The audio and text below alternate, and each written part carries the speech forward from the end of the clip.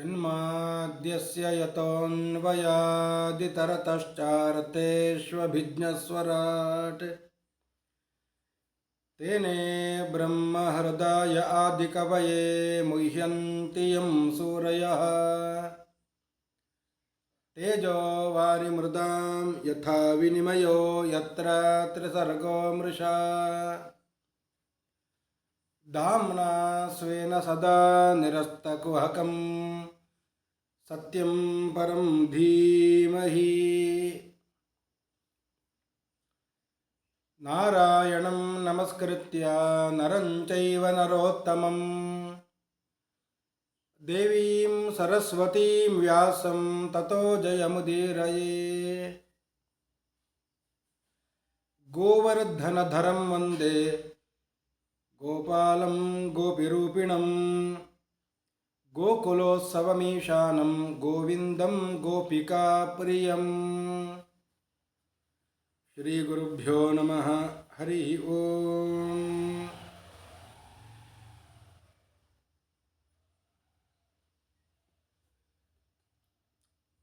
ಪರೀಕ್ಷಿತ ರಾಜ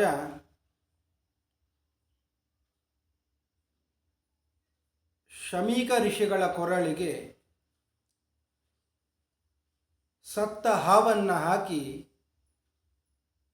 ದೊಡ್ಡ ಒಂದು ಪಾಪಕ್ಕೆ ಗುರಿಯಾಗಿದ್ದಾನೆ. ಶಮೀಕ ಋಷಿಗಳ ಮಗನಿಂದ ಶೃಂಗಿ ಋಷಿಯಿಂದ ಶಾಪಕ್ಕೆ ಒಳಗಾಗಿದ್ದಾನೆ. ಶಾಪದ ವಿಷಯವೂ ಕೂಡ ಗೊತ್ತಾಯಿತು. ಇವತ್ತಿನಿಂದ 7ನೆಯ ದಿವಸಕ್ಕೆ ತಕ್ಷಕ ಎಂಬ ಸರ್ಪ ಕಚ್ಚಿ ನಾನು ಸಾಯುತ್ತೇನೆ ಅಂತ ವೈರಾಗ್ಯವನ್ನು ತಾಳಿದ. ಎಲ್ಲವನ್ನು ಬಿಟ್ಟ ಗಂಗಾ ನದಿಯ ತೀರಕ್ಕೆ ಬಂದ.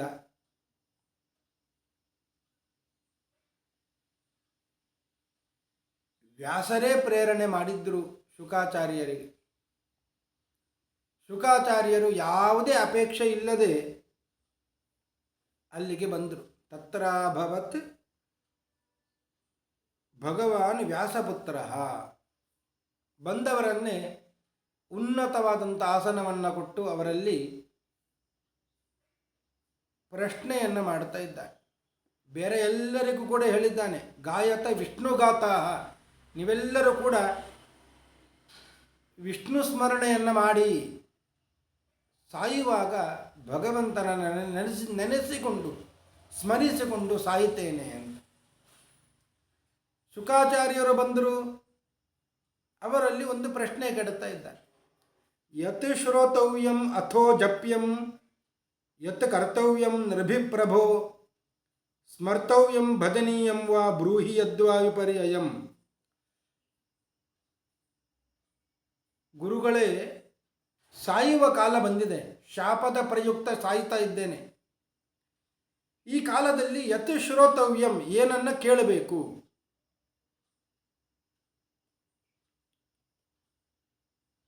ಅಥೋ ಜಪ್ಯಂ, ಯಾವುದನ್ನು ಜಪವನ್ನು ಮಾಡಬೇಕು, ಅಥವಾ ಯತ್ ಕರ್ತವ್ಯಂ, ಏನು ಮಾಡಬೇಕು, ಮನುಷ್ಯನಾದವ ನಾನು ಏನು ಮಾಡಬೇಕು, ಸ್ಮರ್ತವ್ಯಂ ಭಜನೀಯಂ ವಾ, ಯಾರ ಸ್ಮರಿಸಬೇಕು, ಯಾರ ಭಜಿಸಬೇಕು, ಬ್ರೂಹಿ ಯದ್ವಾ ವಿಪರ್ಯಯಂ, ಅಥವಾ ಯಾವುದನ್ನು ತ್ಯಜಿಸಬೇಕು, ದಯವಿಟ್ಟು ಹೇಳಬೇಕು ನೀವು ಅಂತ ಕೇಳಿದ. ಪರೀಕ್ಷಿತ್ ರಾಜ ಹೀಗೆ ಕೇಳಿದಾಗ ಶುಕಾಚಾರ್ಯರು ಉತ್ತರ ಕೊಡ್ತಾ ಇದ್ದಾರೆ. ವರೀಯಾನ್ ಏಷತೆ ಪ್ರಶ್ನಃ ಕೃತೋ ಲೋಕಹಿತೋ ನೃಪ ಆತ್ಮವಿತ್ ಸಮ್ಮತಃ ಪುಂಸಾಂ ಶ್ರೋತವ್ಯಾದಿಶುಯಪರಃ.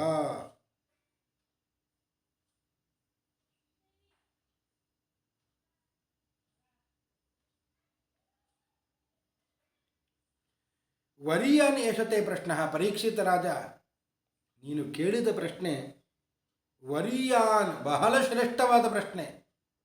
ಏನನ್ನು ಕೇಳಬೇಕು, ಏನನ್ನು ಜಪಿಸಬೇಕು, ಏನನ್ನು ಭಜಿಸಬೇಕು ಅಂತ ಕೇಳಿದ್ಯಲ್ಲ, ಈ ಪ್ರಶ್ನೆ ಶ್ರೇಷ್ಠವಾದದ್ದು. ಲೋಕಹಿತ, ಲೋಕಕ್ಕೆ ಹಿತಕ್ಕಾಗಿ ಇರುವ ಪ್ರಶ್ನೆ ಇದು.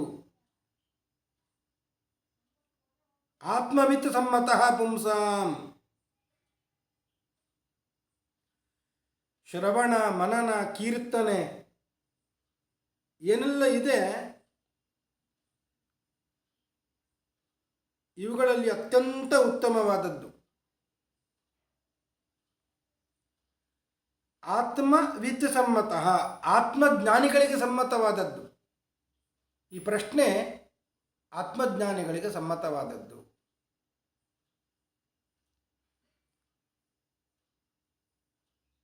ಬೇಕಾದಷ್ಟು ಕೇಳಲಿಕ್ಕೆ ಇದೆ. ಶ್ರೋತವ್ಯಾದೀನಿ ರಾಜೇಂದ್ರ ನೃಣಾಂ ಸಂತಿ ಸಹಸ್ರಶಃ. ಸಾವಿರಾರು ಕೇಳುವ ಹಾಗೆ ಇದೆ, ಕೇಳಲಿಕ್ಕೆ ಬೇಕಾದಷ್ಟು ಇದೆ.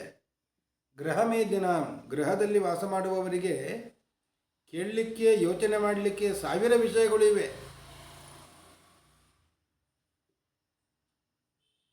ಆದರೆ ಭಗವಂತನ ವಿಷಯವನ್ನು ಕೇಳಬೇಕು.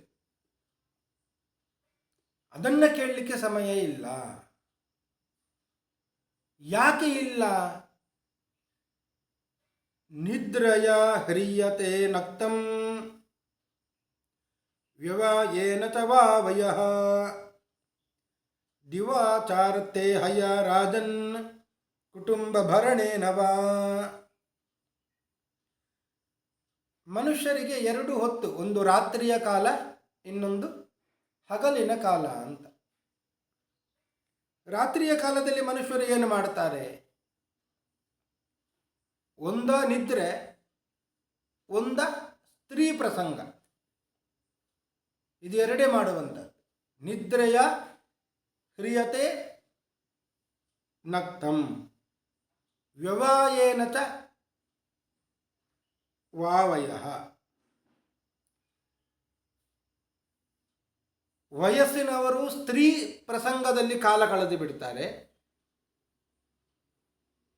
ಇನ್ನು ವಯಸ್ಸಿನವರು ಅಲ್ಲದೆ ಬೇರೆಯವರು ಎಲ್ಲರೂ ಕೂಡ ನಿದ್ರೆಯ ಹ್ರಿಯತೆ, ನಿದ್ರೆಯಿಂದ ಕಾಲ ಕಳೆದು ಬಿಡುತ್ತಾರೆ. ಆ ರಾತ್ರಿಯ ಕಾಲ ಅದರಲ್ಲಿಯೇ ವ್ಯರ್ಥ ಆಗಿ ಬಿಡುತ್ತೆ. ಇನ್ನು ಹಗಲು ಇದೆ, ಹಗಲಲ್ಲಿ ಏನು ಮಾಡ್ತಾರೆ? ದಿವಾಚಾರ್ತೆ ಹಯ ರಾಜನ್ ಕುಟುಂಬ ಭರಣೇನ ವಾ. ಅರ್ಥೇ ಹಯ,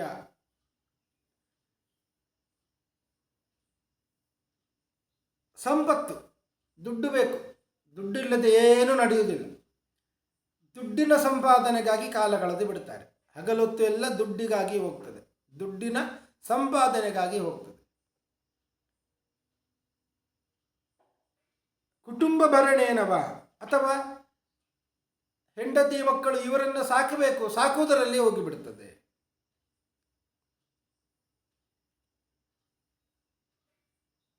ಯಾವತ್ತೋ ಒಂದು ದಿವಸ ಮನಸ್ಸಿಗೆ ಬರ್ತದೆ ದೇವರ ಆರಾಧನೆ, ದೇವರ ಸ್ಮರಣೆ, ಪುರಾಣ ಶ್ರವಣ ಮಾಡೋಣ ಅಂತ. ಯಾವಾಗ ಅದು ಬರುವಾಗ ಕಾಲ ಕಳೆದಿರುತ್ತದೆ.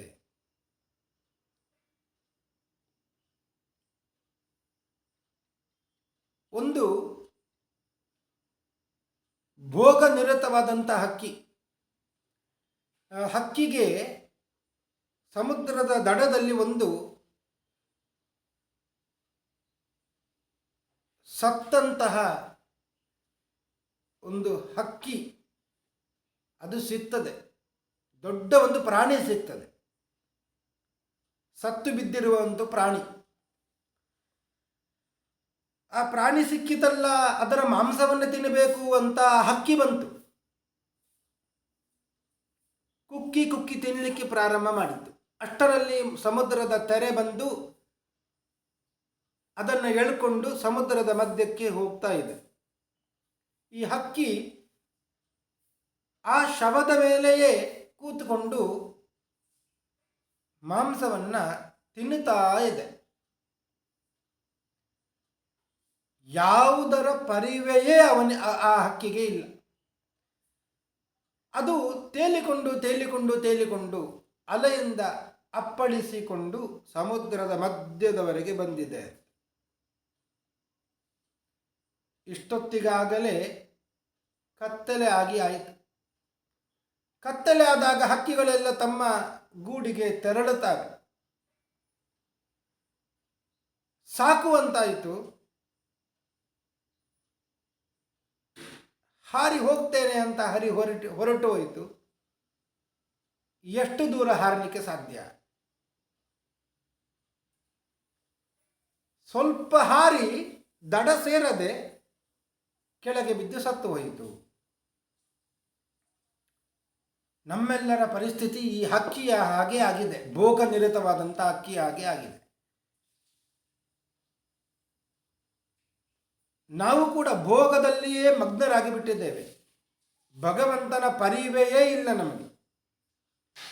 ಜಪ ಮಾಡಬೇಕು, ಪುರಾಣ ಶ್ರವಣ ಮಾಡಬೇಕು, ಸಂಕೀರ್ತನೆ ಮಾಡಬೇಕು, ನಾಮಸ್ಮರಣೆ ಮಾಡಬೇಕು, ಇದು ಯಾವುದರ ಪರಿವೆ ಕೂಡ ಇಲ್ಲ. ಬರೀ ತಿನ್ನೋದು, ಬರೀ ನಿದ್ರೆ ಮಾಡೋದು, ಇಷ್ಟು ಬಿಟ್ಟರೆ ಬೇರೆ ಯಾವುದು ಬೇಕಾಗಿಲ್ಲ. ಹೀಗೆ ನಿರತರಾದಂಥ ನಾವು ಕೊನೆಗೆ ಒಂದು ದಿವಸ ವೈರಾಗ್ಯ ಅಂತ ಬರ್ತದೆ. ನಮ್ಮಿಂದ ಏನು ಸಾಧ್ಯ ಇಲ್ಲ ಅಂತ ಆದಾಗ ಎಚ್ಚರ ಆಯಿತು. ಎಚ್ಚರಾದಾಗ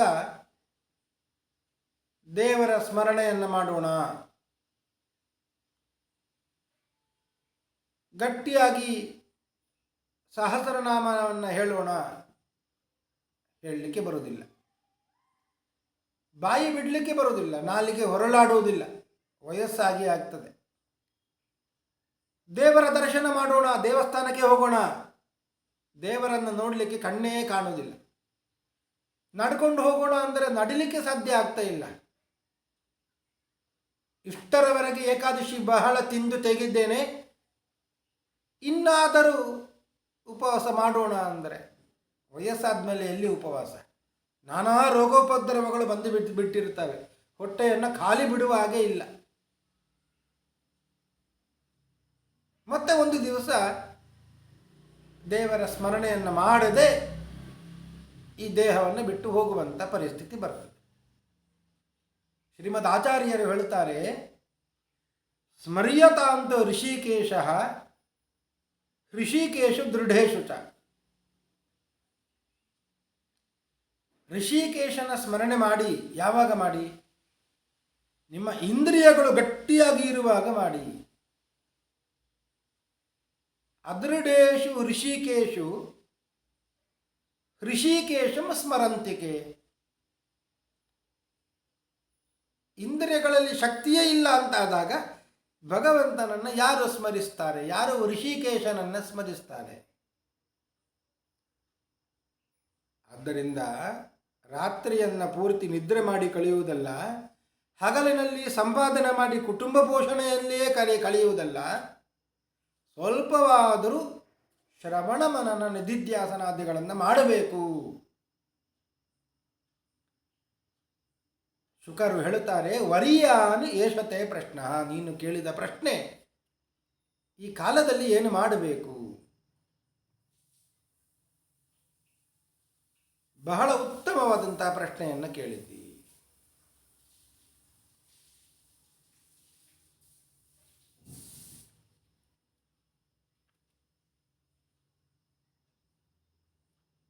ತಸ್ಮಾತ್ ಭಾರತ ಸರ್ವಾತ್ಮ ಭಗವಾನ್ ಈಶ್ವರೋ ಹರಿಃ ಶ್ರೋತವ್ಯಃ ಕೀರ್ತಿತವ್ಯಶ್ಚ ಸ್ಮರ್ತವ್ಯಶ್ಚೇಚ್ಛತಾ ಭಯಂ.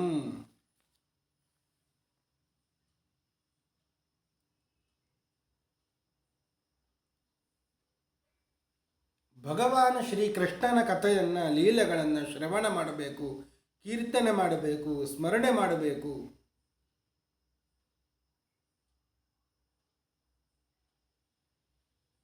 ಆಗ ಭಗವಂತ ಪ್ರಸನ್ನನಾಗ್ತಾನೆ.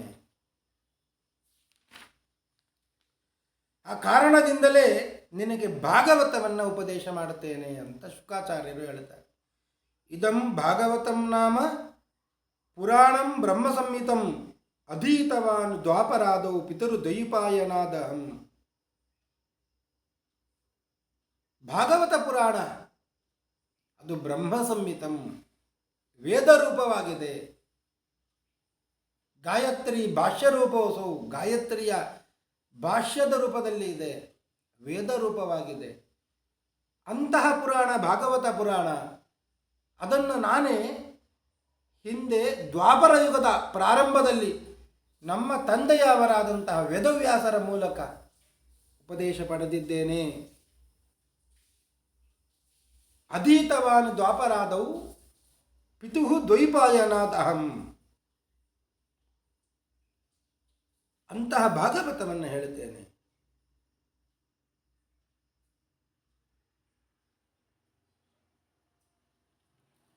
ಪರೀಕ್ಷಿತ್ ರಾಜ ಕೇಳ್ತಾನೆ, ನೀವೇನೋ ಭಾಗವತವನ್ನು ಹೇಳುತ್ತೇನೆ ಅಂತ ಹೇಳುತ್ತೀರಿ, ಅಷ್ಟು ವಿಸ್ತಾರವಾದ ಭಾಗವತ ನನಗೆ ಇನ್ನುವ ಸಮಯ ಇರುವುದು 7 ದಿನ ಮಾತ್ರ. ಎಲ್ಲಿ ನಾನು ಅದನ್ನು ಕೇಳಿ ಭಗವಂತನನ್ನು ಹೊಂದಲಿಕ್ಕೆ ಸಾಧ್ಯ ಆಗ್ತದೆ? ಏನು ಸಾಧನೆ ಮಾಡಬಹುದು?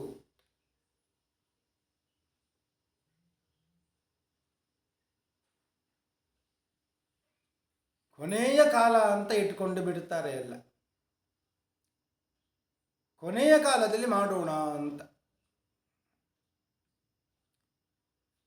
ಕೊನೆಯ ಕಾಲದಲ್ಲಿ ಏನು ಮಾಡಲಿಕ್ಕೆ ಆಗುವುದಿಲ್ಲ. ಸಾಧನೆ ಮಾಡಬೇಕು ಅಂತಾದರೆ ಕೌಮಾರ ಆಚರೇತ್, ಬಾಲ್ಯದಿಂದಲೇ ಪ್ರಾರಂಭ ಮಾಡಬೇಕು. ಜೀವನ ಪೂರ್ತಿ ದೇವರ ಚಿಂತನೆ ಮಾಡಬೇಕು. ಆಗ ಕೊನೆಗೆ ದೇವರ ಚಿಂತನೆ ಬರ್ತದೆ. ಕೊನೆಗೆ ದೇವರ ಚಿಂತನೆ ಮಾಡಿದರೆ ಮೋಕ್ಷ ಆಗ್ತದೆ ಅಂತ ಹೇಳಿ ಇಡೀ ಜೀವನವನ್ನು ಭೋಗದಲ್ಲಿಯೇ ಕಳೆದು ಕೊನೆಗೆ ಭಗವಂತನ ಚಿಂತನೆ ಮಾಡೋಣ ಅಂದರೆ ಎಲ್ಲಿ ಚಿಂತನೆ ಬರಬೇಕು?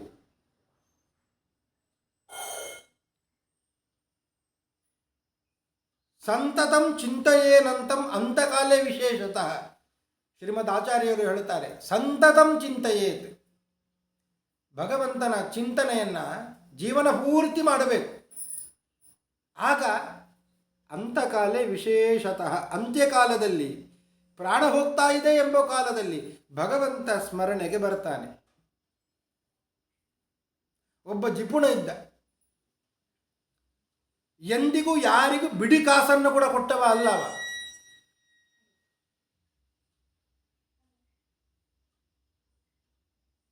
ಇನ್ನೇನು ಸಾಯಬೇಕು ಆ ಪರಿಸ್ಥಿತಿ.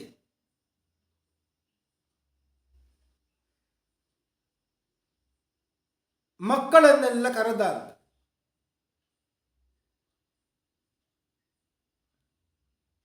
ಕರೆದಿದ್ದು ಯಾಕೆ ಅಂದರೆ ಅಲ್ಲಿ ಒಂದು ದೀಪ ಉರಿತಾ ಇತ್ತು. ಆ ದೀಪಕ್ಕೆ ಎಣ್ಣೆ ಹಾಕಿದ್ರು, ಜೋರಾಗಿ ಉರಿತಾ ಇತ್ತು ಅದು. ಆ ದೀಪ ಜೋರಾಗಿ ಉರಿತಾ ಇರುವ ದೀಪವನ್ನು ಸಣ್ಣದಾಗಿ ಮಾಡಬೇಕು ಅಂತ ಅವನ ಎಣ್ಣೆಯಲ್ಲಿ ಖಾಲಿ ಆಗ್ತದೋ ಅಂತ ಆಸೆ ಅವನಿಗೆ. ಒಬ್ಬ ಮಗನನ್ನು ಕರೆದ ಬಂದಿಲ್ಲ, ಇನ್ನೊಬ್ಬನನ್ನು ಕರೆದ ಬಂದಿಲ್ಲ. ಬಹಳಷ್ಟು ಮಂದಿ ಮಕ್ಕಳಿದ್ದರು, ಯಾರೂ ಬಂದಿಲ್ಲ. ಮತ್ತೆ ಮತ್ತೆ ಕರೆದಾಗ ಎಲ್ಲರೂ ಬಂದರು ಅಂತೆ. ಓ, ಅಪ್ಪ ಸಾಯ್ತಾ ಇದ್ದಾನೆ, ಕರಿತಾ ಇದ್ದಾನೆ, ಎಲ್ಲಿ ಎಲ್ಲಿ ಏನೆಲ್ಲ ಇಟ್ಟಿದ್ದಾನೆ ನೋಡೋಣ, ಕೇಳೋಣ.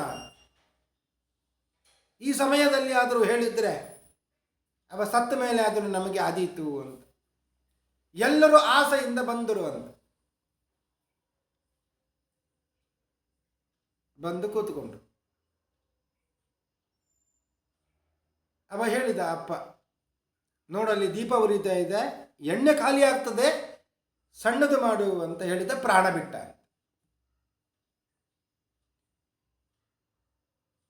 ಲೋಭದಲ್ಲಿಯೇ ಇಡೀ ಜೀವನವನ್ನು ಕಳೆದವ, ಅಂತಹ ಲೋಭಿಯಾದ ಆ ಮುದುಕ ಸಾಯುವಾಗಲೂ ಕೂಡ ಆಸೆ ಪಟ್ಟೇ ಸತ್ತ. ಲೋಭದಲ್ಲಿಯೇ ಸತ್ತು ಹೋದ. ದೇವರ ಚಿಂತನೆ ಬಂದಿಲ್ಲ. ಯಾಕೆ ಬಂದಿಲ್ಲ? ಲೋಭದಲ್ಲಿಯೇ ಕಾಲವನ್ನು ಕಳೆದವ. ಅದರಿಂದಲೇ ಸಂತತಂ ಚಿಂತೆಯೇನಂತಂ, ನಿತ್ಯ ಜೀವನದಲ್ಲಿ ಭಗವಂತನನ್ನು ಚಿಂತನೆ ಮಾಡಿದರೆ ಕೊನೆ ಕಾಲದಲ್ಲಿ ಸ್ವಲ್ಪವಾದರೂ ದೇವರು ಬಂದಾನು.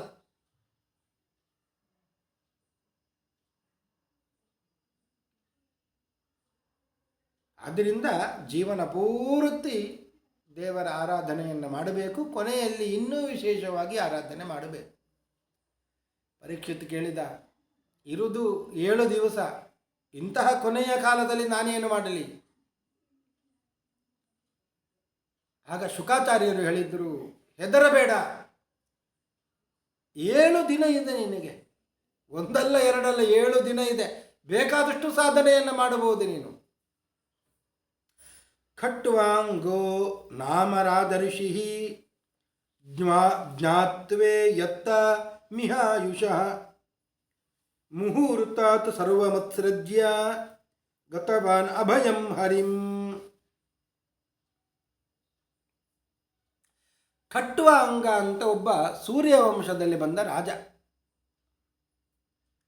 ಆ ರಾಜ ಯಾವಾಗಲೂ ದೇವತೆಗಳಿಗೆ ಮತ್ತು ಅಸುರರಿಗೆ ಯುದ್ಧ ಆಗುವಾಗ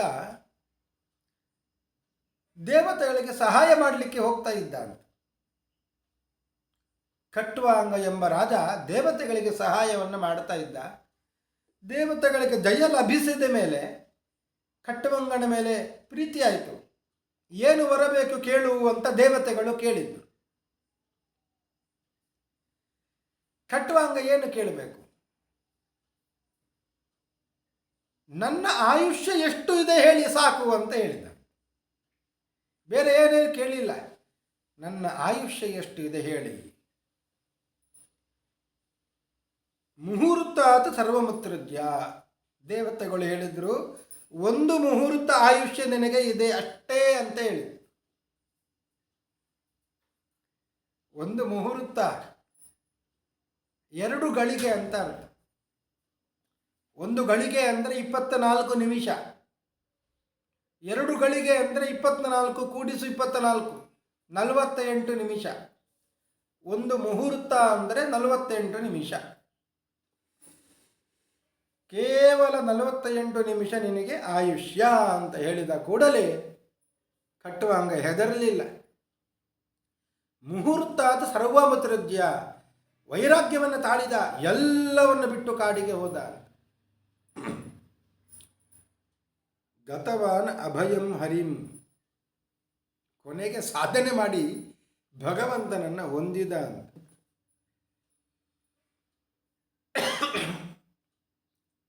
ಅವನಿಗೆ ಇದ್ದಿದ್ದು ಕೇವಲ 48 ನಿಮಿಷ, 1 ಮುಹೂರ್ತ.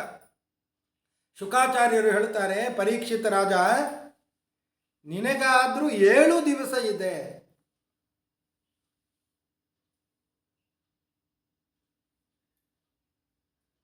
ಬೇಕಾದಷ್ಟು ಸಾಧನೆಯನ್ನು ಮಾಡಬಹುದು ನಿನಗೆ.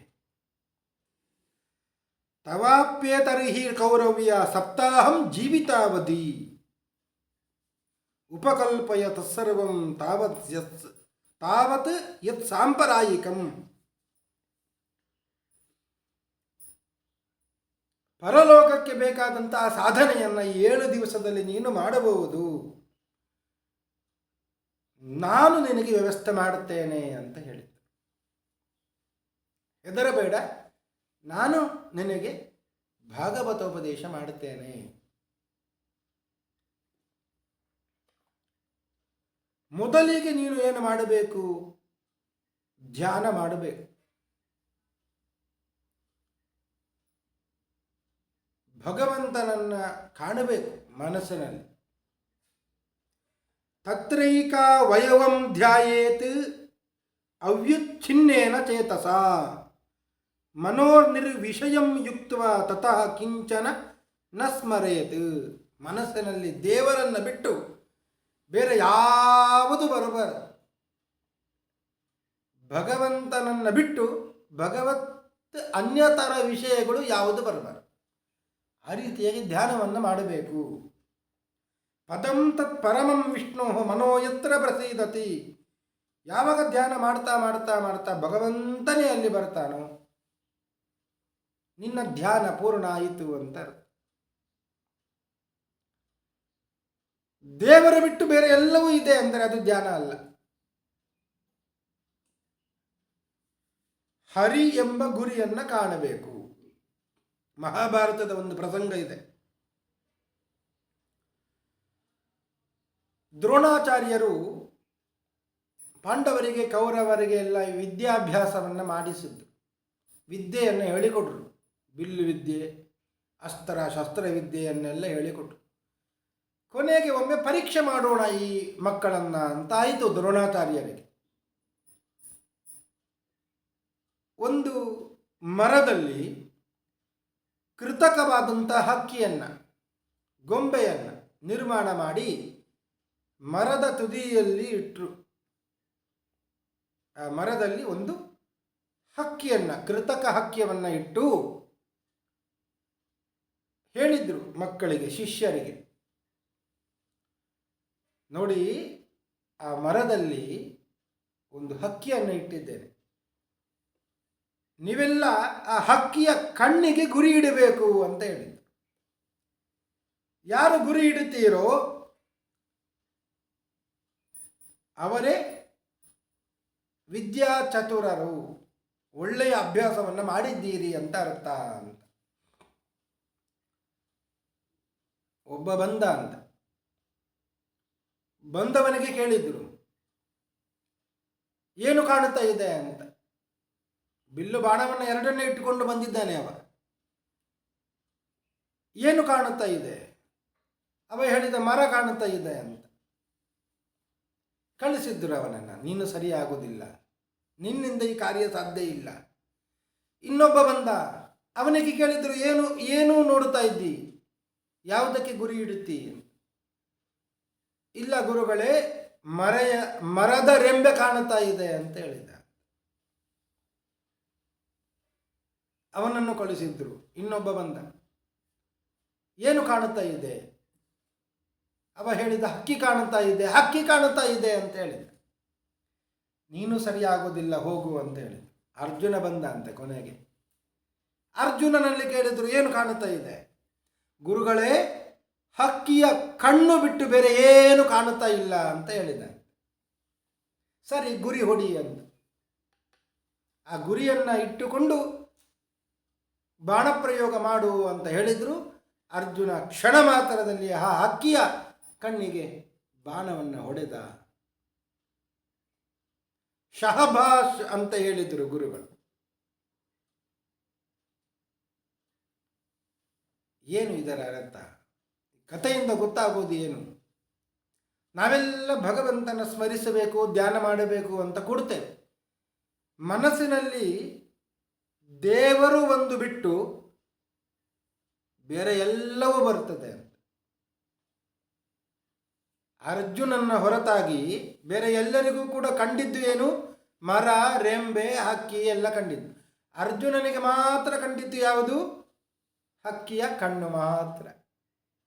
ಹೀಗೆ ನಮಗೆಲ್ಲರಿಗೂ ಕೂಡ ಮನಸ್ಸಿನಲ್ಲಿ ದೇವರು ಬಿಟ್ಟು ಬೇರೆ ಎಲ್ಲವೂ ಕಾಣುತ್ತಾ ಇದೆ, ದೇವರು ಮಾತ್ರ ಕಾಣುತ್ತಾ ಇಲ್ಲ. ಆದ್ದರಿಂದಲೇ ಹರಿ ಎಂಬ ಗುರಿಯನ್ನು ಕಾಣಬೇಕು.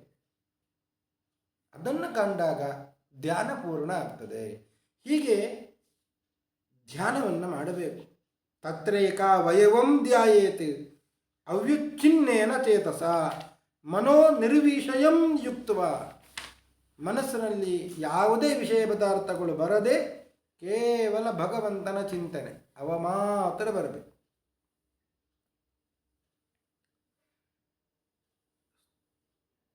ಜಿತಾಸನೋ ಜಿತಶ್ವಾಸೋ ಜಿತಸಂಗೋ ಜಿತೇಂದ್ರಿಯ ಸ್ಥೂಲೆ ಭಗವತೋ ರೂಪೇ ಮನಃ ಸಂಧಾರಯೇದ್ಧಿಯ. ಜಿತಾಸನ, ಕೂತ್ಕೊಂಡಾಗ ಆಸನ ಏನಿದೆ ಅದನ್ನು ಸ್ಥಿರಗೊಳಿಸಬೇಕು. ಯಾವ ಆಸನ? ಕೂತ್ಕೊಳ್ಳಿಕ್ಕೆ ಒಂದು ಆಸನ ಬೇಕು, ಅದು ಒಂದಾಯಿತು. ಗಟ್ಟಿಯಾದ ಆಸನದಲ್ಲಿ ಕುಳಿತುಕೊಳ್ಬೇಕು. ಇನ್ನು ಕೂತುಕೊಂಡಾಗ ಒಂದು ಆಸನ ಅಂತ ಇದೆ, ಸ್ವಸ್ತಿಕಾಸನವೋ, ವೀರಾಸನವೋ, ವಜ್ರಾಸನವೋ. ಆ ಆಸನವನ್ನು ದೃಢಪಡಿಸಿಕೊಳ್ಬೇಕು. ಒಮ್ಮೆ ಒಂದು ಆಸನದಲ್ಲಿ ಕೂತರೆ ಅದನ್ನು ಬೇರೆ ವ್ಯತ್ಯಾಸಗೊಳಿಸಬಾರದು, ಅದೇ ಆಸನದಲ್ಲಿ ಇರಬೇಕು. ಆಸನದ ಜಯ ಸಂಪಾದಿಸಿಕೊಳ್ಳಬೇಕು. ಜಿತಾಸನ, ಜಿತಶ್ವಾಸ, ಪ್ರಾಣಾಯಾಮ ಮಾಡಬೇಕು. ಪ್ರಾಣಾಯಾಮ ಮಾಡಿದರೆ ದೇಹ ಶುದ್ಧಿ, ದೇಹದ ಒಳಭಾಗ ಶುದ್ಧಿ ಆಗ್ತದೆ. ಜಿತಸಂಗ, ಬೇರೆ ಎಲ್ಲ ಪದಾರ್ಥಗಳಲ್ಲಿ ಜಿತಸಂಗ, ಆಸಕ್ತಿಯನ್ನು ಬಿಟ್ಟು ಬಿಡಬೇಕು. ಜಿತೇಂದ್ರಿಯ, ಇಂದ್ರಿಯಗಳ ಜಯ ಸಂಪಾದಿಸಿಕೊಳ್ಳಬೇಕು. ಇಷ್ಟು ಮಾಡಿ ಸ್ಥೂಲೋ ಭಗವತೋ ರೂಪೇ, ಸ್ಥೂಲವಾದಂಥ ಭಗವಂತನ ರೂಪವನ್ನು ಕಾಣಬೇಕು. ಹೀಗೆ ಧ್ಯಾನವನ್ನು ಮಾಡಬೇಕು. ಹೇಗೆ ಸ್ಥೂಲವಾದ ರೂಪ ಭಗವಂತನದ್ದು ಅಂದರೆ 50 ಕೋಟಿ ವಿಸ್ತೃತ, ಇಡೀ ಬ್ರಹ್ಮಾಂಡ ಎಷ್ಟು ಯೋಜನ ವಿಸ್ತಾರ ಇದು? 50 ಕೋಟಿ ಯೋಜನ ವಿಸ್ತಾರವಾದಂತಹ ಬ್ರಹ್ಮಾಂಡ. ಈ ಬ್ರಹ್ಮಾಂಡದಲ್ಲಿ 14 ಲೋಕಗಳು, ಮೇಲೆ 7, ಕೆಳಗೆ 7 ಲೋಕ. ಇಡೀ ಬ್ರಹ್ಮಾಂಡದಲ್ಲಿ ಭಗವಂತನ ವಿರಾಟ ರೂಪ. ಮೇಲೆ 7 ಲೋಕ, ಕೆಳಗೆ 7 ಲೋಕ. ಅತಲ, ವಿತಲ, ಸುತಲ, ತಲಾತಲ, ಮಹಾತಲ, ರಸಾತಲ, ಪಾತಾಲ ಅಂತ ಕೆಳಗಡೆ. ಇನ್ನು ಮೇಲೆ ಭೂಲೋಕ, ಭುವೋಲೋಕ, ಸುವರ್ಲೋಕ, ಜನಲೋಕ, ಮಹರ್ಲೋಕ, ತಪೋಲೋಕ, ಸತ್ಯಲೋಕ ಅಂತ ಮೇಲೆ 7 ಲೋಕ. ಒಟ್ಟಿಗೆ 14 ಲೋಕಗಳನ್ನು ಒಳಗೊಂಡಂತಹ ಬ್ರಹ್ಮಾಂಡ. ಇಡೀ ಬ್ರಹ್ಮಾಂಡದಲ್ಲಿ ಭಗವಂತನ ಸ್ಥೂಲ ದೊಡ್ಡದಾದಂಥ ರೂಪ ಚಿಂತನೆ ಮಾಡಬೇಕು. ಕೆಳಗಿಂದ ಧ್ಯಾನ ಮಾಡುತ್ತಾ ಹೋಗಬೇಕು ಅಂತ, ಪಾದದಿಂದ ಧ್ಯಾನ ಮಾಡಬೇಕು. ಧ್ಯಾನ ಮಾಡುವಾಗ ಭಗವಂತನ ಪಾದ ಎಲ್ಲಿದೆ? ಪಾತಾಲಮೇ ತಸ್ಯ ಹಿ ಪಾದಮೂಲಂ ಪಠಂತಿ ಪ್ರಾರಶ್ನಿ ಪ್ರಪದೇ ರಸಾತಲಂ ಮಹಾತಲಂ ವಿಶ್ವಸೃಜೋಥ ಗುಲ್ಪೌ ತಲಾತಲಂ ವೈ ಪುರುಷಸ್ಯ ಜಂಘೆ ದ್ವೇ ಜಾನುನಿ ಸುತಲಂ ವಿಶ್ವಮೂರ್ತೆ ಉರುದ್ವಯಂ ವಿತಲಂ ಚಾತಲಂ ಚ ಮಹೀತಲಂ ತಜ್ಜಗನಂ ಮಹೀಪತೆ ನಭಸ್ಥಲಂ ನಾಭಿಸರೋ ಗೃಣಂತಿ ಉರಸ್ಥಲಂ ಜ್ಯೋತಿರನೀಕಮಸ್ಯ ಗ್ರೀವಾಮಹರವದನಂ ವೈ ಜನೋಸ್ಯ ತಪೋರರಾಟೀಂ ವಿದುರಾದಿಪುಂಸಃ ಸತ್ಯಂ ತು ಶೀರ್ಷಾಣಿ ಸಹಸ್ರ ಶೀರ್ಷ್ಣಃ. ಕೆಳಗಡೆ ಪಾತಾಳ, ಮೇಲೆ ಇರುವುದು ಸತ್ಯಲೋಕ. ಪಾತಾಳದಿಂದ ಹಿಡಿದು ಸತ್ಯಲೋಕದವರೆಗೆ ಧ್ಯಾನ. ಭಗವಂತನ ಪಾದ ಇರುವುದು ಎಲ್ಲಿ? ಪಾತಾಳದಲ್ಲಿ. ತಲೆ ಇರುವುದೆಲ್ಲಿ? ಸತ್ಯಲೋಕದಲ್ಲಿ. ಹೀಗೆ ಪಾದದಿಂದ ಆರಂಭ ಮಾಡಿ ತಲೆಯವರೆಗೆ ಧ್ಯಾನ ಮಾಡಬೇಕು. ಭಗವಂತನ ಪಾದದಲ್ಲಿ ಪಾತಾಳ, ಅವನ ಹಿಮ್ಮಡಿಯಲ್ಲಿ ರಸಾತಲ, ಅವನ ಕಾಲುಗಂಟಿನಲ್ಲಿ ಮಹಾತಲ, ಅವನ ಖಂಡದಲ್ಲಿ ತಲಾತಲ, ಅವನ ಮೊಣಕಾಲಿನಲ್ಲಿ ಸುತಲ ಲೋಕ, ಅವನ 2 ತೊಡೆಗಳಲ್ಲಿ ಅತಲ ವಿತಲ ಲೋಕ. ಪಾದದಿಂದ ಹಿಡಿದು ತೊಡೆಯವರೆಗೆ ಬಂತು. ಇನ್ನು ಅದರ ಮೇಲೆ ಸೊಂಟದಲ್ಲಿ ಭೂರ್ಲೋಕ, ನಾಭಿಯಲ್ಲಿ ಭೂವಲೋಕ, ಎದೆಯಲ್ಲಿ ಸುವರ್ಲೋಕ ಸ್ವರ್ಗಲೋಕ, ಕುತ್ತಿಗೆಯಲ್ಲಿ ಮಹರ್ಲೋಕ, ಮುಖದಲ್ಲಿ ಜನಲೋಕ, ಹಣೆಯಲ್ಲಿ ತಪೋಲೋಕ, ತಲೆಯಲ್ಲಿ ಸತ್ಯಲೋಕ ಅಂತ. ಹೀಗೆ ಪಾತಾಳದಿಂದ ಹಿಡಿದು ಸತ್ಯಲೋಕದವರೆಗೆ ಭಗವಂತನ ಪಾದದಲ್ಲಿ ಪಾತಾಳ, ತಲೆಯಲ್ಲಿ ಸತ್ಯಲೋಕ. ಹೀಗೆ ಭಗವಂತನ ಸ್ಥೂಲ ರೂಪ, ವಿರಾಟ ರೂಪವನ್ನು ಧ್ಯಾನ ಮಾಡಬೇಕು.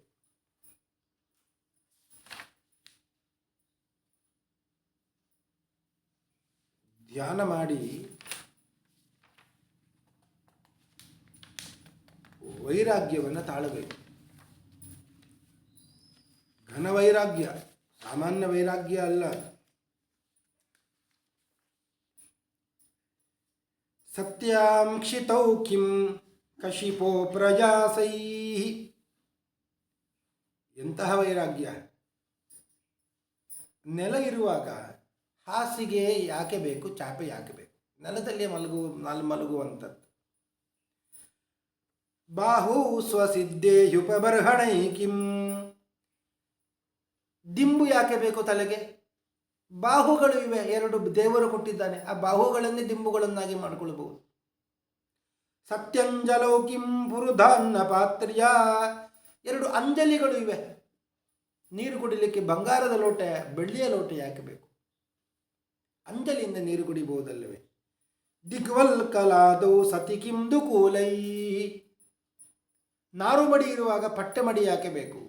ರೇಷ್ಮೆಯ ಮಡಿ ಯಾಕೆ ಬೇಕು? ಅಥವಾ ದಿಗಂಬರ, ದಿಕ್ಕುಗಳೇ ವಸ್ತ್ರ ರೂಪದಲ್ಲಿರುವಾಗ ಪಟ್ಟೆ ಪೀತಾಂಬರಗಳಿಂದ ಏನು?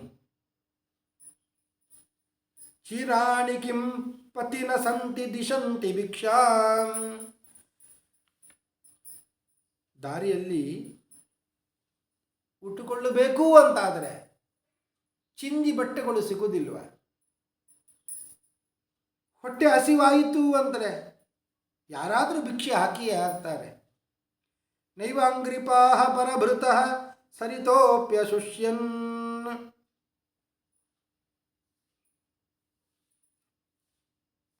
ಯಾರು ಭಿಕ್ಷೆ ನೀಡುತ್ತಾರೆ? ಮರಗಳು ಪರೋಪಕಾರಕ್ಕೆ ಇದೆ. ಪರೋಪಕಾರಾಯ ಫಲಂತಿ ವೃಕ್ಷ. ಆ ವೃಕ್ಷಗಳು ಹಣ್ಣು ಬಿಡುತ್ತವೆ, ಯಾಕೆ? ತಾನು ತಿನ್ನಬೇಕಂತ ಹಣ್ಣು ಬಿಡುದ? ಆ ಹಣ್ಣನ್ನೆಲ್ಲ ತಿನ್ನುವವರು ನಾವೇ, ಅದಕ್ಕೆ ಏನು ಕೊಡುವುದಿಲ್ಲ.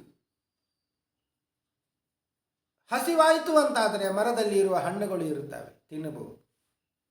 ಬಾಯಾರಿತು ಅಂದರೆ ನದಿಗಳು ಹರಿತಾ ಇವೆ, ಅದಕ್ಕಾಗಿಯೇ ಹರಿತಾ ಇರುವುದು. ವೃದ್ಧ ಗುಹಾ ಕಿಮಜಿತೋವತಿ ನೋಪಸನ್ನಾನ್. ವಾಸ ಮಾಡಬೇಕು, ಮಳೆ ಬರ್ತದೆ, ಬಿಸಿಲಾಗ್ತದೆ, ಯಾಕೆ ಮನೆ ಕಟ್ಟಿಕೊಳ್ಳಬೇಕು? ಬೇಕಾದಷ್ಟು ಗುಹೆಗಳು ಇವೆ, ಒಳಗೆ ಹೋಗಿ ವಾಸ ಮಾಡಬಹುದಲ್ಲವೇ? ಕಸ್ಮಾತ್ ಬದಂತಿ ಕವಯೋ ಧನ ದುರ್ಮದಾಂದಾನ್.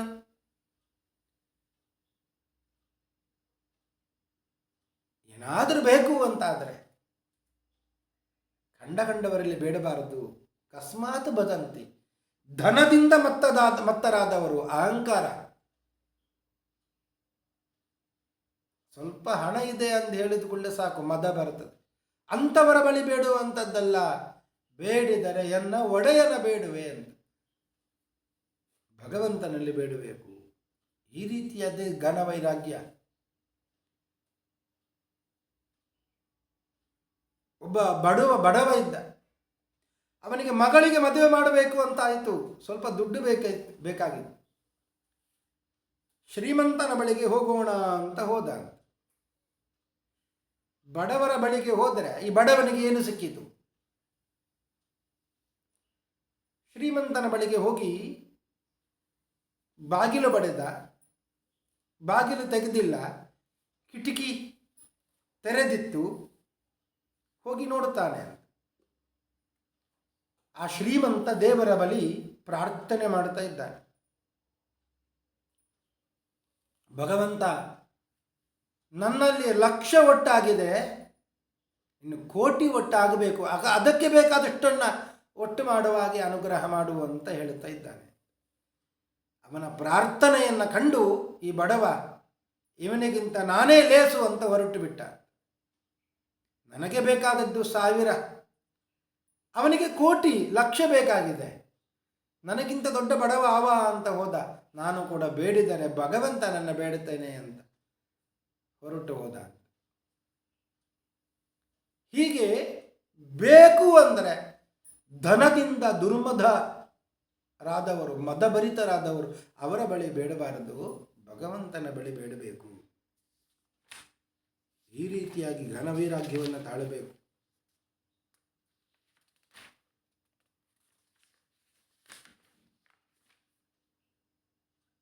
ಭಗವಂತನ ಕಥೆಗಳನ್ನು ನಿರಂತರ ಕೇಳಬೇಕು. ತಸ್ಯರ್ಥೆ ಯತ್ ಕ್ಷಣೋ ನೀತಃ ಉತ್ತಮ ಶ್ಲೋಕ ವಾರ್ತೆಯ. ಭಗವಂತನ ಕಥೆಯನ್ನು ಕೇಳಿ ಆಯುಷ್ಯವನ್ನು ಕಳಿಬೇಕು. ಯಾಕೆ? ಆಯುಷ್ಯ ದಿನ ದಿನ ಹೋಗ್ತಾ ಇದೆ, ಕಾಲ ಕಳೀತಾ ಇದೆ. ಆಯುರು ಹರತಿ ವೈ ಪುಂಸಾಂ ಉದ್ಯನ್ನಸ್ತಂ ಚ ಯನ್ನಸೌ. ಆಯುಷ್ಯ ಅದನ್ನು ಹರಣ ಮಾಡ್ತಾ ಇದ್ದಾನೆ ಸೂರ್ಯ ಅಂತೆ. ಸೂರ್ಯ ಉದಯ ಆದ, ಸಾಯಂಕಾಲ ಅಸ್ತನಾದ. ಅಸ್ತನಾಗಿ ಮತ್ತೆ ಬೆಳಿಗ್ಗೆ ಬರ್ತಾನೆ ಉದಯ ಆಗುವಾಗ. ನಮ್ಮ ಒಂದು ದಿನವನ್ನು ಅಪಹರಣ ಮಾಡಿಕೊಂಡು ಹೋಗಿಬಿಡ್ತಾನೆ ಅವ. ನಾವೇನೋ ಸೂರ್ಯೋದಯ ಸೂರ್ಯಾಸ್ತ ಅಂತ ನೋಡಲಿಕ್ಕೆ ಹೋಗ್ತೇವೆ. ಆದರೆ ಸೂರ್ಯ ಏನು ಮಾಡೋದು? ನಮ್ಮ ಒಂದೊಂದು ದಿನಗಳನ್ನು ಅಪಹರಣ ಮಾಡ್ತಾ ಹೋಗ್ತಾ ಇದ್ದಾನೆ. ನಾವು ಸಂಭ್ರಮ ಪಡ್ತಾ ಇದ್ದೇವೆ ಸೂರ್ಯಾಸ್ತವನ್ನು ನೋಡಿಕೊಂಡು. ನಮ್ಮ ಜೀವನದ ಒಂದು ದಿನ ಹೋಯಿತು ಅಂತ ದುಃಖ ಪಡಬೇಕು. ಇದುವರೆಗೆ ಏನೂ ಸಾಧನೆ ಮಾಡಲಿಲ್ಲ. ಆದ್ದರಿಂದ ಒಂದೊಂದು ದಿನವನ್ನು ಕೂಡ ಕಳೀತಾ ಇದ್ದೇವೆ. ಏನಾದರೂ ದಿನ ಇದ್ದರೆ ಅದನ್ನು ಉತ್ತಮ ಶ್ಲೋಕವಾರ್ತೆಯ ಕೃಷ್ಣನ ಕಥೆಯನ್ನು ಕೇಳಲಿಕ್ಕೆ ಉಪಯೋಗಿಸಬೇಕು. ಇಲ್ಲದೆ ಹೋದರೆ ತರವಹ ಕಿಮ್ನ ಜೀವಂತಿ. ಮರಗಳು ಚೆನ್ನಾಗಿ ಬೆಳೀತಾ ಇವೆ, ಜೀವನ ಮಾಡ್ತಾ ಇದೆ ಮರಗಳು ಕೂಡ, ಏನು ಉಪಯೋಗ? ಅದರಂತೆ ಆಗಿಬಿಡುತ್ತೇವೆ. ಭಸ್ತ್ರಾಹ ಕಿಮ್ನ ಸ್ವಸಂತ್ಯುತ. ಚಮ್ಮಾರನ ತಿದಿ, ಬೆಂಕಿ ಮರಬೇಕು ಅಂತ ಚಿದಿ, ಚರ್ಮದ ತಿದಿಯನ್ನು ಉಪಯೋಗಿಸ್ತಾನೆ. ಗಾಳಿ ಬರ್ತಾ ಇರ್ತದೆ, ನಮ್ಮಲ್ಲಿ ಕೂಡ ಬರೀ ಗಾಳಿ ಬರ್ತಾ ಇದೆ ಅಂತ ಆದರೆ ನಮ್ಮ ಜೀವನ, ನಮ್ಮ ದೇಹ ಇದು ಯಾಕೆ ಬೇಕು? ಆ ಉಸಿರಾಟದಿಂದ ಏನಾದರೂ ದೇವರ ಸ್ಮರಣೆ ಮಾಡಬೇಕು, ಆಗ ಮಾತ್ರ ಮನುಷ್ಯ ಜೀವನ ಸಾರ್ಥಕ. ಇಲ್ಲದೇ ಇದ್ದರೆ ಅವನ ಚಮ್ಮಾರನ ಚರ್ಮದ ತಿದಿ ಅದು ಕೂಡ ಗಾಳಿ ಉಸಿರಾಡ್ತಾ ಇದೆ, ಅದರ ಉಸಿರಂತೆ ನಮ್ಮದು ಉಸಿರು ಕೂಡ. ನ ಖಾದಂತಿ ನ ಮೆಹಂತಿ ಕಿಂ ಗ್ರಾಮ ಪ್ರಶವೋಪರೆ. ಗ್ರಾಮ ಪಶುಗಳು, ಪ್ರಾಣಿಗಳು, ನಾಯಿ ಮೊದಲಾದವುಗಳು, ಅವುಗಳು ಕೂಡ ತಿಂದು ತೇಗುತ್ತವೆ. ಅದರಂತೆ ನಾವು ಕೂಡ ಭಗವಂತನ ಕಥೆಯನ್ನು ಕೇಳಲಿಲ್ಲ, ಸ್ಮರಿಸಲಿಲ್ಲ ಅಂದರೆ ಆ ಗ್ರಾಮ ಪಶುಗಳಂತೆ ನಾವು ಕೂಡ. ಶ್ವವಿಟ್ ವರಾಹೋಷ್ಟ್ರಕರೈ ಸಂಸ್ತುತ ಪುರುಷ ಪಶು ನ ಯತ್ ಕರ್ಣಪಥೋಪೇತೋ ಜಾತು ನಾಮ ಗದಾಗ್ರಜ. ಶ್ರೀಕೃಷ್ಣನ ಕಥಾಮೃತ ಕಿವಿಗೆ ಬೀಳಲಿಲ್ಲ ಅಂದರೆ ನಾವು ಕೂಡ ಶ್ವಾವಿಟ್ ವರಾಹ ಉಷ್ಟ್ರಖರೈಹಿ ಅವುಗಳಿಗೆ ಸಮಾನ. ನಾಯಿ, ಹಂದಿ, ಒಂಟೆ, ಕತ್ತೆ ಇವುಗಳು ಕೂಡ ಕೃಷ್ಣನ ಕಥೆಯನ್ನು ಕೇಳುವುದಿಲ್ಲ. ನಾವು ಕೇಳುವುದಿಲ್ಲ ಅಂದರೆ ಅವುಗಳಿಗೆ ಸಮಾನ, ಕತ್ತೆಗೆ ಸಮಾನ ಅಂತಾರೆ. ಬಿಲೆ ಬತೋರು ಕ್ರಮ ವಿಕ್ರಮಾನೆಯೇ ನ ಶೃಣ್ವತಃ ಕರ್ಣಪುಟೇ ನರಸ್ಯ. ನಮ್ಮ ಕರ್ಣಗುಹೆ, ಆ ಕಿವಿಯಲ್ಲಿ ಒಂದು ದಿವಸವೂ ಕೂಡ ಭಗವಂತನ ಕಥೆಯನ್ನು ಕೇಳಲಿಲ್ಲ ಅಂದರೆ ಅದು ಕಿವಿಯಲ್ಲ, ಇಲಿಗಳು ವಾಸ ಮಾಡುವಂತಹ ಗುಹೆ ಅದು, ಬಿಲ. ಜಿಹ್ವಾಸತಿ ದಾರ್ಧುರಿಕೇವ ಸೂತ ನಚೋಪಗಾಯಂತ್ಯುರುಗಾಯಗಾತ. ನಾಲಿಗೆ ಇದೆ, ಬಾಯಿ ಇದೆ, ಒಮ್ಮೆನೂ ದೇವರ ನಾಮವನ್ನು ಗಟ್ಟಿಯಾಗಿ ಹೇಳಲಿಲ್ಲ ಅಂದರೆ ಅದು ಕಪ್ಪೆಯಂತೆ. ಕಪ್ಪೆ ಕೂಡ ಕೂಗುತ್ತದೆ, ಅದರಂತೆ ನಾವು ಕೂಡ ಬೇರೆ ಎಲ್ಲ ಮಾತಾಡುತ್ತೇವೆ, ದೇವರ ನಾಮವನ್ನು ಹೇಳುವುದಿಲ್ಲ. ಕಪ್ಪೆಯಂತೆ ನಮ್ಮ ನಾಲಿಗೆಯು ಕೂಡ ಕಪ್ಪೆಯಂತೆ. ಭಾರಪರಂ ಪಟ್ಟ ಕಿರೀಟ ದುಷ್ಟಂ ಅಪ್ಯುತ್ತಮಾಂಗಂ ನನಮೇನ್ ಮುಕುಂದಂ. ತಲೆಗೆ ಬಹಳ ದೊಡ್ಡ ರೇಷ್ಮೆಯ ಮುಂಡಾಸು, ಕಿರೀಟ, ಅಲಂಕಾರಗಳು ಎಲ್ಲ ಇದೆ, ದೇವರಿಗೆ ಅಡ್ಡ ಬೀಳುವುದಿಲ್ಲ. ಆ ತಲೆ ಎಂದಿಗೂ ಶಿರಬಾಗುವುದಿಲ್ಲ ಅಂದರೆ ಅದು ಬರೀ ಕಿರೀಟವನ್ನು ಹೊತ್ತುಕೊಂಡಂತಹ, ಭಾರವಾದ ವಸ್ತುವನ್ನು ಹೊತ್ತುಕೊಂಡಂತಹ ಒಂದು ವಸ್ತು ಅಷ್ಟೇ. ಶಾವೂ ಕರೌ ನೋ ಕುರುತಃ ಸಪರ್ಯಾಂ ಹರೇರ್ಲಸತ್ ಕಾಂಚನ ಕಂಕಣವ್ವ. ಕೈಗಳು 10 ಬೆರಳಿಗೆ 10 ಉಂಗುರ ಇದೆ, ಎರಡೂ ಕೈಯಲ್ಲಿಯೂ ಕೂಡ ಕಡಗ ಇದೆ, ಬಂಗಾರದ ದೊಡ್ಡ ಕಡಗ. ಏನು ಮಾಡುವುದು ಇಟ್ಟುಕೊಂಡು? ದೇವರ ಸೇವೆ ಆ ಕೈ ಮಾಡುವುದಿಲ್ಲ ಅಂದರೆ ಶಾವೂ ಕರವು ಹೆಣದ ಕೈ ಅದು. ಬರಹಾಯಿತೇತೆ ನಯನೇ ನರಾಣ ಲಿಂಗಾನಿ ವಿಷ್ಣುರ್ನ ನಿರೀಕ್ಷತೋಯೇ. ಕಣ್ಣು ಇದೆ, ಆ ಕಣ್ಣಿನಿಂದ ದೇವರ ಮೂರ್ತಿಯನ್ನು, ದೇವಸ್ಥಾನಕ್ಕೆ ಹೋಗಿ ದೇವರ ಮೂರ್ತಿಯನ್ನು, ಜ್ಞಾನಿಗಳನ್ನು ಕಾಣುವುದಿಲ್ಲ ಅಂದರೆ ಆ ಕಣ್ಣಲ್ಲ, ಬರಹಾಯಿತೆ ನವಿಲಿನ ಗರಿಯಲ್ಲಿ ಇರುವ ಕಣ್ಣು. ಆ ಕಣ್ಣಿದ್ದು ಏನು ಪ್ರಯೋಜನ ನವಿಲಿನ ಗರಿಗೆ? ಅದರಂತೆ ಅದು ಕಣ್ಣು ಕೂಡ ನಮ್ಮದು ಕೂಡ. ಪಾದವು ನೃಣಾಂತವು ಧ್ರುವ ಜನ್ಮ ಭಾಜವು ಕ್ಷೇತ್ರಾಣಿ ನಾನು ರಜತೋ ಹರೇರಿಯವು. ಪಾದಗಳು ಇವೆ, ಯಾತ್ರೆಗೆ ಹೋಗುವುದಿಲ್ಲ, ದೇವರನ್ನು ನೋಡಲಿಕ್ಕೆ ಹೋಗುವುದಿಲ್ಲ ಅಂದರೆ ಆ ಕಾಲು ಇದ್ದು ಏನು ಪ್ರಯೋಜನ? ಮರದಂತೆ, ಮರ ಇದ್ದಲ್ಲೇ ಇರ್ತದೆ, ಅದರಂತೆ ಅದು ಕಾಲು ಕೂಡ. ಜೀವಚ್ಛವೋ ಭಾಗವತಾಂಗ್ರೇಣು ನ ಜಾತು ಮರ್ತ್ಯೋಭಿಲಭೇತಯಸ್ತು.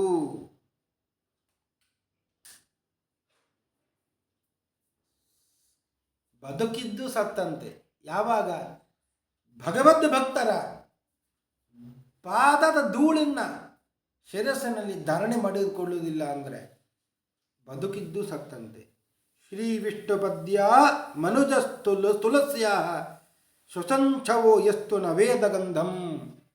ದೇವರಿಗೆ ಏರಿಸಿದ ತುಳಸಿಯನ್ನು ಪ್ರಸಾದ ರೂಪವಾಗಿ ತೆಗೆದುಕೊಂಡು ಅದರ ಪರಿಮಳವನ್ನು ಆಘ್ರಾಣನ ಮಾಡದೆ ಅದನ್ನು ಧರಿಸಿಕೊಳ್ಳದೇ ಇದ್ದರೆ ಅದು ದೇಹ ಶವದಂತೆ. ತಸ್ಮಾತ್ ತದಶ್ಮಸಾರಂ ಹೃದಯಂಬತೇದಂ ಯದ್ಗೃಹ್ಯಮಾಣೇ ರಹಿ ಹರಿನಾಮಧೇಯೈ. ಭಗವಂತನ ದಿವ್ಯ ನಾಮ ಸಂಕೀರ್ತನೆ, ಶ್ರವಣ, ಕೀರ್ತನೆ ಎಲ್ಲ ನಡೀತಾ ಇದ್ರು ಮನಸ್ಸಿನಲ್ಲಿ ದೇವರು ಬಂದಿಲ್ಲ, ಕಣ್ಣಿನಲ್ಲಿ ನೇತ್ರೇ ಜಲಂ, ಆನಂದ ಬಾಷ್ಪ ಕಣ್ಣಿನಲ್ಲಿ ಹರಿದಿಲ್ಲ, ಜಲಧಾರೆ ಇಳಿದಿಲ್ಲ, ಗಾತ್ರ ರುಹೇಶು ಹರ್ಷದ ರೋಮಾಂಚನ ಆಗಲಿಲ್ಲ ಅಂತಾದರೆ ತದಶ್ಮಸಾರಂ ಹೃದಯಂ. ಆ ಹೃದಯ ಅಲ್ಲ, ಅದು ಕಲ್ಲು. ಆದ್ದರಿಂದಲೇ ಭಗವಂತನ ಕಥೆಯನ್ನು ಕೇಳಬೇಕು, ವೈರಾಗ್ಯವನ್ನು ತಾಳಿ ಭಗವಂತನ ಧ್ಯಾನವನ್ನು ಮಾಡಿ ಅವನ ಕಥೆಯನ್ನು ಕೇಳಬೇಕು. ಆ ಕಥೆಯನ್ನು ಕೇಳೋದ್ರಿಂದ ಮತ್ತೆ ಧ್ಯಾನ ಮಾಡಬೇಕು, ನಿಧಿಧ್ಯಾಸನ ಮಾಡಬೇಕು. ಆಗ ಭಗವಂತನ ಲೋಕಪ್ರಾಪ್ತಿಯಾಗ್ತದೆ ಅಂತ ಮೊದಲು ಧ್ಯಾನವನ್ನು ಹೇಳಿ ವೈರಾಗ್ಯವನ್ನು ತಾಳಬೇಕು ಅಂತ ಹೇಳಿ ಅವನಿಗೆ ಭಾಗವತವನ್ನು ಉಪದೇಶ ಮಾಡುತ್ತಾರೆ ಎಂಬಲ್ಲಿಗೆ ಇವತ್ತಿನ ಉಪನ್ಯಾಸವನ್ನು ಮುಗಿಸ್ತಾ ಇದ್ದೇನೆ. ಶ್ರೀ ಕೃಷ್ಣಾರ್ಪಣಮಸ್ತು. ಹರಯೇ ನಮಃ.